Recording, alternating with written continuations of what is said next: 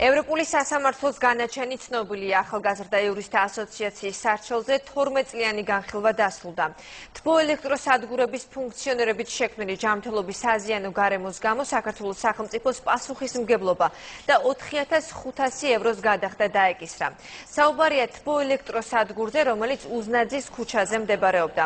მომჩივანთა არგუმენტი, რომ საცხოვრებელ კორპუსთან მდებარე ობიექტი უსაფრთხო გარემოში ცხოვრებას შეუძლებელს ხდიდა, ევროპულმა სასამართლომ გაითვალისწინა.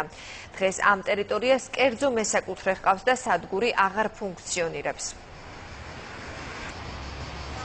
მისი ფუნქციონირების გამო, იმის გამო, რომ არ იყო წესრიგში დოკუმენტაცია, რის საფუძველზე ფუნქციონირებდა თბოელექტროსადგური, ასევე ეს თბოელექტროსადგური არ იცავდა გარემოს დაცვის სტანდარტებს და არ გააჩნდა შესაბამისი ხელსაწყოები იმისთვის, რომ მინიმუმამდე ყოფილიყო შემცირებული ატმოსფეროში გამოყოფილი სახიფათო ნივთიერებები.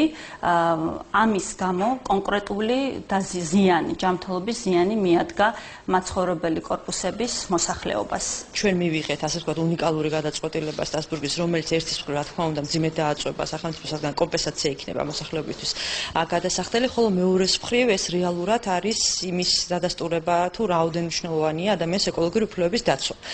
გავიხსენოთ ის, რომ საქმე ეხება 2000-იან წლებს, დღესდღეობით ეს თბოელექტროსადგური აღარ ფუნქციონირებს, იგი დემონტაჟს განიცდის და ამ შემთხვევაში საქმე ძირითადად ეხებოდა ხმაურს.